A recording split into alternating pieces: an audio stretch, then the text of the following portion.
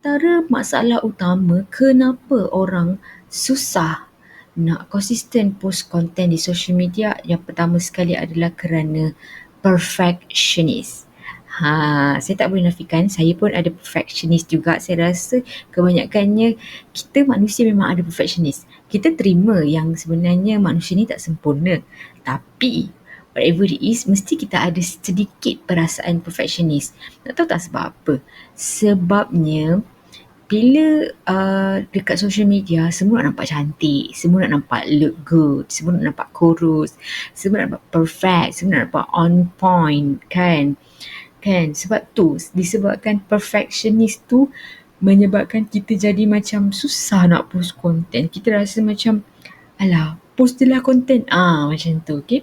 So, kita terlampau mengejarkan kesempurnaan, dan disebabkan itulah kita jadi macam tak konsisten. Kita jadi insecure nak post konten di social media. Kita takut juga orang judge kita punya konten ni okey ke, kan? Kita tak cantik tapi nanti orang tak puji kita cantik, kita tak handsome, tak good looking, nanti orang tak puji lah, kan?